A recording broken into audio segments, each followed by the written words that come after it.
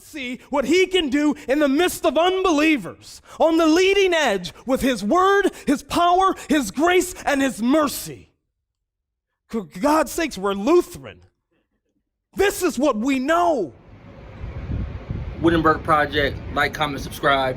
So recently there was this lecture, a conversation between Lecrae, famous rapper, a pastor of a mega church, the Passion Church in Atlanta, and the owner of Chick-fil-A. Yo, we all love Chick-fil-A. But a lot of stuff was said in here, you know what I'm saying? And I think that we need a fair assessment of what was said, because there's a lot to unpack. A lot of people are seeing a clip going around, and they're judging the whole thing based on this clip. But I want to flip that upside down, because I think the other side of it is true with our nation's history. We understand the curse that was slavery, white people do, and we say that was bad. But we miss the blessing of slavery, that it actually built up the framework for the world that white people live in and lived in. And yes, that's bad. But you have to watch the whole thing from a certain perspective. And I'm not the biggest Lecrae fan. I think anyone will tell you that. You know what I'm saying? But it's a lot of Lecrae yes men out here that will excuse anything the brother does. But we also have to be fair and balanced. And I have to say, overall, this was a pretty good conference, a pretty good conversation. A lot of things that I wish Lecrae, at one point in the thing, we'll go through some of the parts of it. One part he mentions about people finding someone to listen to and things of that nature. Now, I watched Lecrae on the TI show, how I'm not part of a church and this and that. This applies to you too. You need to sit under somebody. You should have brought a pastor or somebody with you. You know what I'm saying? Because these conversations are heavy. They're heavy. Get me wrong? Even before I released videos, when I was commenting on my denomination, I ran it by a pastor, a black pastor in my denomination, to let him look at it and listen to it, to get, get his feedback, have his perspective, have his voice. You know what I'm saying? But let's get to it. Is being employed unnecessarily, right? And lives are being lost because of that. And that's just at a human level. And I think people are wondering, well, what do these isolated situations have to do with race? And are we just, kind of arbitrarily bringing race into the picture? But what I would suggest is that history always informs people's perspectives on the things that we're looking at. So for black people, I think we think in terms of a collective vantage point, or a collective history, and in a collective culture.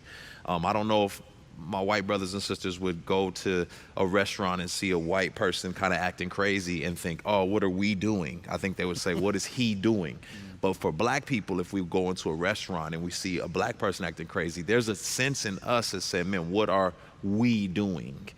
So there's a collective cultural sense of what's happening. And when one of our people from our people group is killed, we don't just see this individual's life being taken down.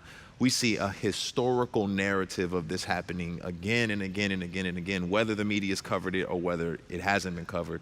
And so what we're seeing... This right here is a very important part. Like, a lot of people don't realize that America's very individualistic. And that is portrayed in society and culture. But overall, in the black community, we're still very collective. We're still a community. I personally prefer it. I think it's better. I think it's better when our community was more, I am my brother's keeper. Not denying that, not realizing that, like the example Lecrae gave was beautiful. When I see somebody over here acting a fool, acting out, I think, man, what are we doing? We take accountability for it, because these are our people. It's something I learned watching baseball, right? Ichiro Suzuki, right? People don't know on the back is usually your last name. That's actually like, when you call him Ichiro, Suzuki, it's his actual family name. So pretty much it's, when I say your name, I'm saying you and your family. You're a representative of a group, of a collective. It's not just about you. It's not just about you. Your actions, yes, are yours, but what you do impacts your father, your sister, your family's name. This is a big difference, I think, and he hits on the head of why people view things like George Floyd, Sandra Bland, Trayvon Martin, Philando Castile, I can keep going on. We view it as a collective. And a lot of times people, I think, are looking at it like, it's a one-time thing, it just happened. No. The difficulty that a white person has is they can educate themselves, Lecrae, they can read, they can try to understand, but none of us have actually lived a day being black in America. And that's the education probably that everyone actually needs. And it's very difficult to get that sense of perspective. But I know that there are a lot of people in our country, I still believe, who want to dismiss everything that's going on. And the reason they want to do that is because in 1965, 1964 laws changed. And their answers would be very short and simple. They would say, I'm not a racist. I've never used the N-word recently. I don't know anybody that's a racist.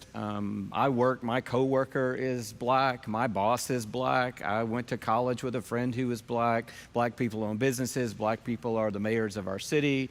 So I don't see where the problem is. And what I'm trying to help people understand today is that we are in a long arc. That's what you talked about, this historical context.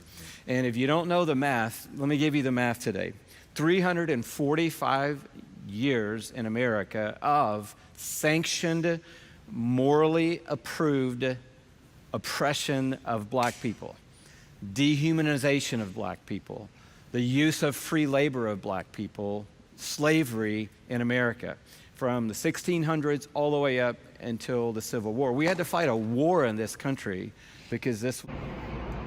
He's 100% right. It's people who want to dismiss it as if, a law changed. It was that long ago. But as he mentioned, this was in his own lifetime. A lot of people watching, this was in your parents' lifetime. Your grandparent, person I love her apple pie. This was in their lifetime. It really wasn't that long ago. And to just dismiss it or think history changes like that and the consequences is a lie. It's a blatant lie, and it's refusal to accept the harsh truths that things aren't that long ago.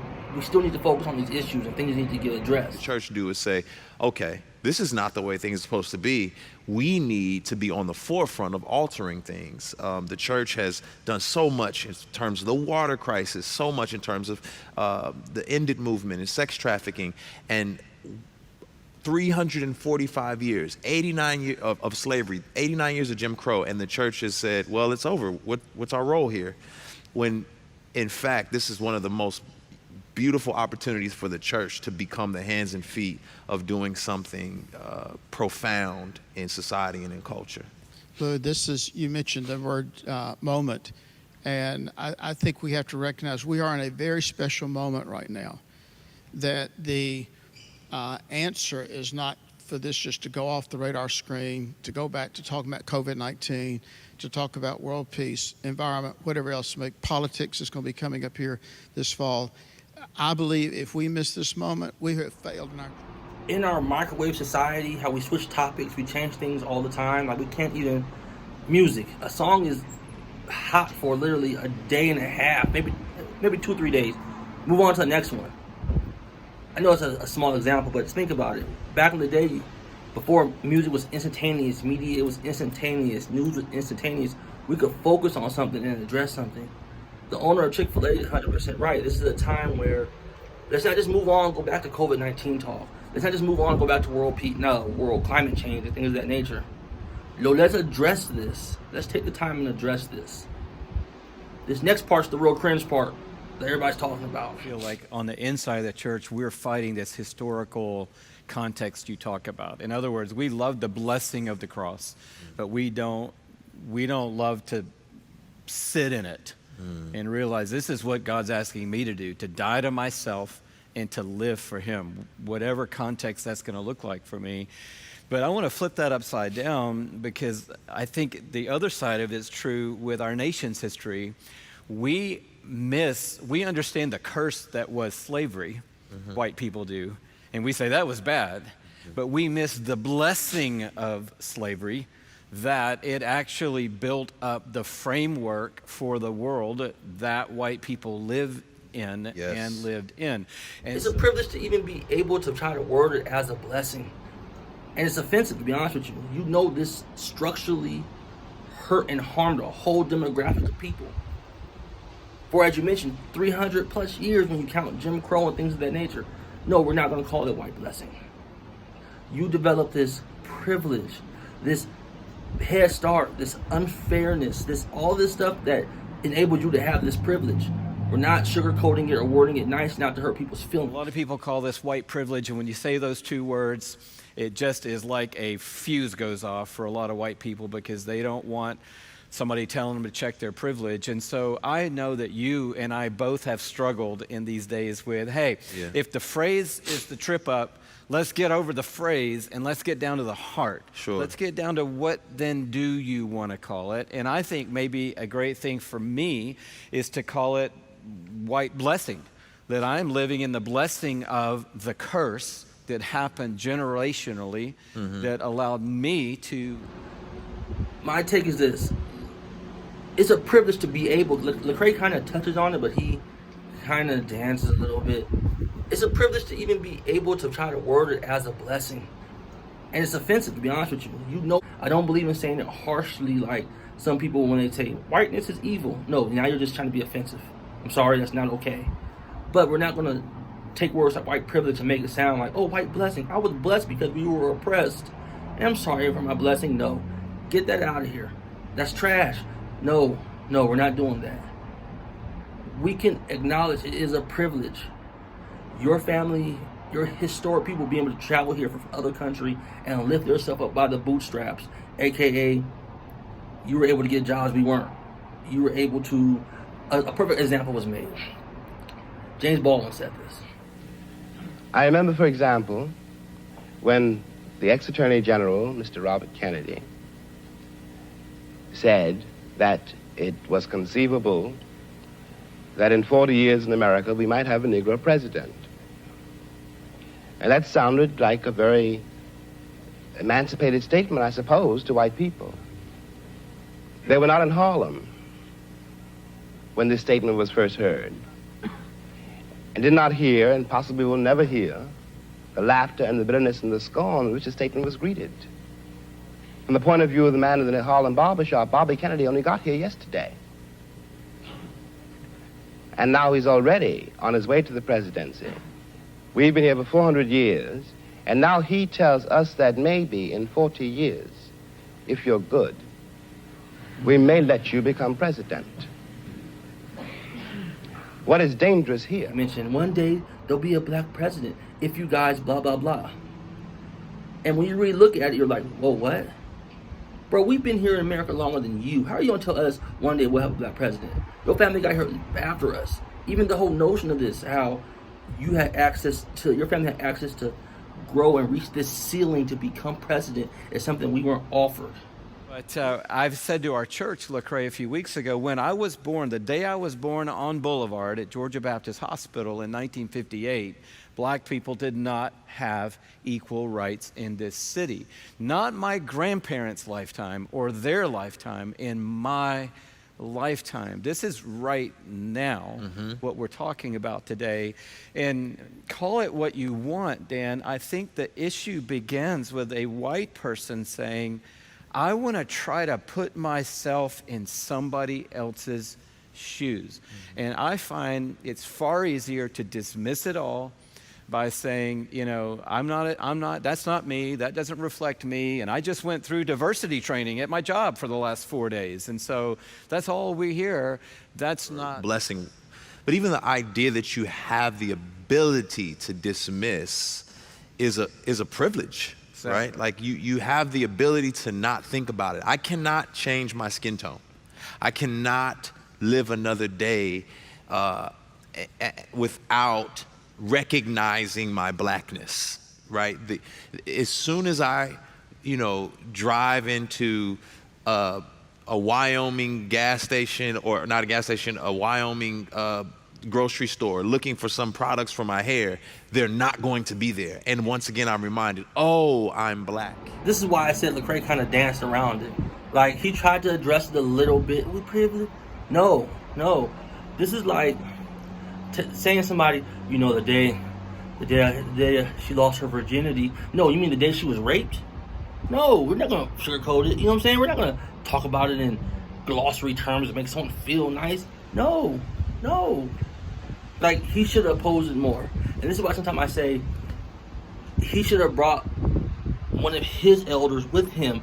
Someone who could have been like, nah, bro, hold on, you gotta address that a little more. Someone who could step up in boldness, not one of you yes men, you know what I'm saying? But somebody who is a spiritual leader of yourself. Now, I know people who follow Lecrae, and a lot of people, they're against this type of terminology, but the Bible 100% talks about elders and things of that nature, being stewards of the younger generation, mentors and things of that nature. Yes, we should have someone you look up to and you can go to and you can bring to things like this who can correct, assess, and things of that nature as things take place. But let's get back on topic here. The blessing or the ability to put the blinders on is because what my white brothers and sisters tend to think is that they don't have a culture. And that is an indicator of this blessing, this privilege, right? Is that you believe you don't have a culture. So when you go out to eat food, when you go out to eat fried rice with shrimp, you call it Chinese food. Why is it Chinese food and not normal food? Because your food is normal food. But if you go to China, all of a sudden, that's normal. And what is your food? It's an indicator of your culture. And so I think that the blinders are on in terms of, well, we don't have a culture. Why can't everyone just see things from this vantage point? Well, that's a benefit that you have of being able to turn those off, where as black people, we can't turn that off. We can't just, close the curtain on it and just live our life. I really wish Lecrae would have delved in more here. This is a key part right here where he's right. There is no turn off switch for being black.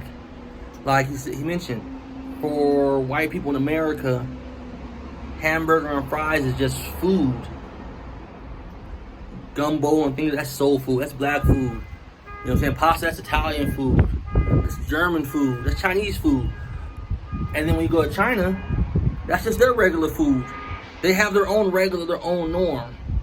But for black people, there is not that because of the situation of what goes on. Think of it like this. When you talk to a white person, you ask them, yo, what's your nationality? I'm American. That's it. Red, white, and blue. That's it. Right? Their family might have been here 120, 130 years. You know what I'm saying? When you see a black person, he's African American.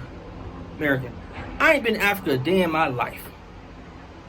I can't even tell you what country. It's a continent. I can't even tell you which part of the continent I'm from. But I get the disclaimer. I'm not the norm. I'm not the standard. A Chinese person, he's Chinese American. Dude might have never been in China a day in his life. He's born here. His dad might have been born. His mom might have been born here. That sense of the norm is a privilege. It's a privilege. And it kind of leads into white superiority where it's like, no, this is the norm, this is the standard, this is what goes. Period. Now, I will admit, in China, they're Chinese, you are American. But even there, I still would get probably a disclaimer, I'm African American. I'm not the norm anywhere. There's always that disclaimer. And if I just say I'm American, trust me, I'm black American. I'm not going to deny reality.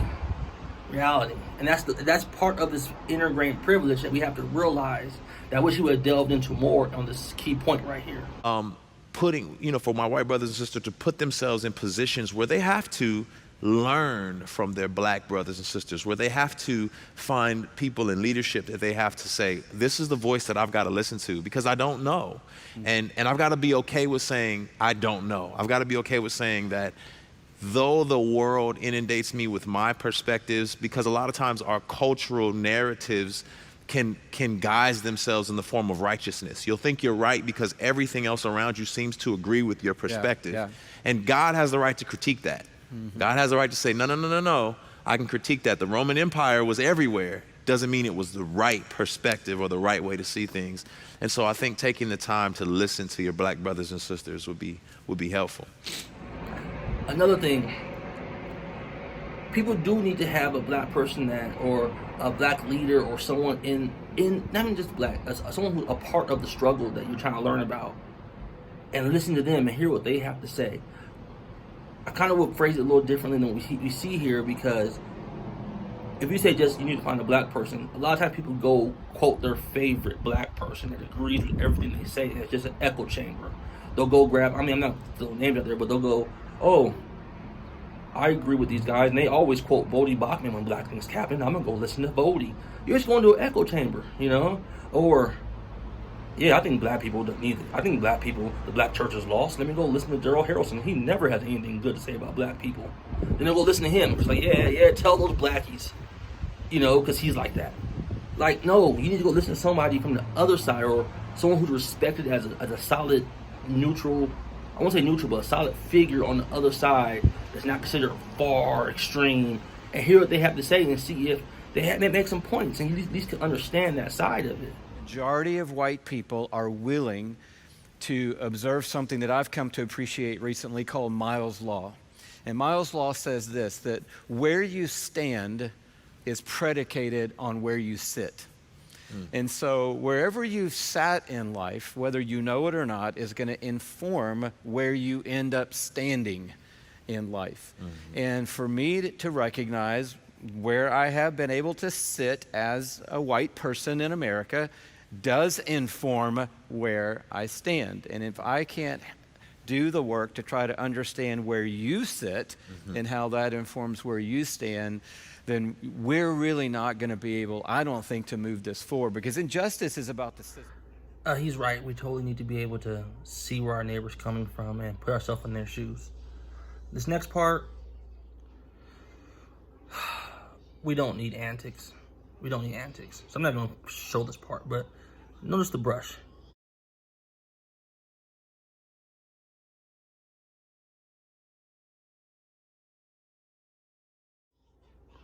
He gets up and cleans Lecrae's shoe. I get it. Be sacrificial for neighbor. We don't need antics though. Like, it kind of distracts. I've had some conversations offline in the last couple of weeks about the fact that it's hard to get it right for anybody. And that there's tensions on all sides of this.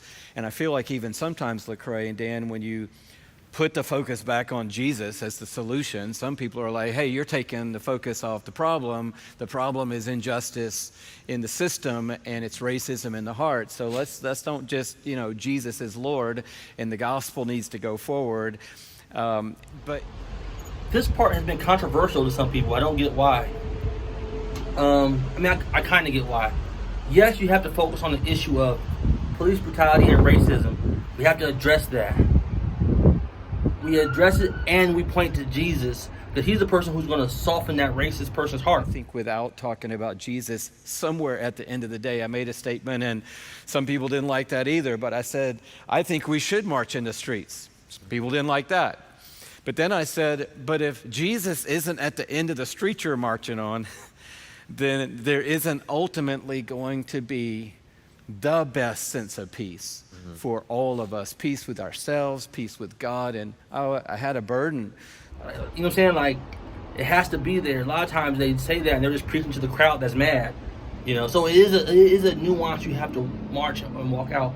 But I'm seeing some people get mad that people are down there trying to share the gospel, calling it white colonialism and things of that nature. Like, are you out your mind? Like, do you even Christian? Like, yo, at some point Jesus has to come up. He has to come up. Obviously, we talk about the cross. The cross is in the shape of a T, right? It's a vertical and it's horizontal. I think the vertical, we know how man connects to God, but there's the horizontal, how people connect to each other. Look at Lecrae sounding Lutheran. That is a doctrine we call two kinds of righteousness, people. Luth life. That's us. The vertical, horizontal. 2KR. I have a couple things on my channel about that. Look it up. You know what I'm saying? So there's expectations or implications of the gospel, implications of following Jesus that you have to live out. It's not just, I'll pray for you. James talks about that. You're just going to pray for them and not feed them. That's not the way we flesh out the gospel. That's word and not deed. And so overall, this was a good conversation. I have to give it that. There was some cringe moments. This was a good conversation. I definitely recommend it, man. Winterberg Project.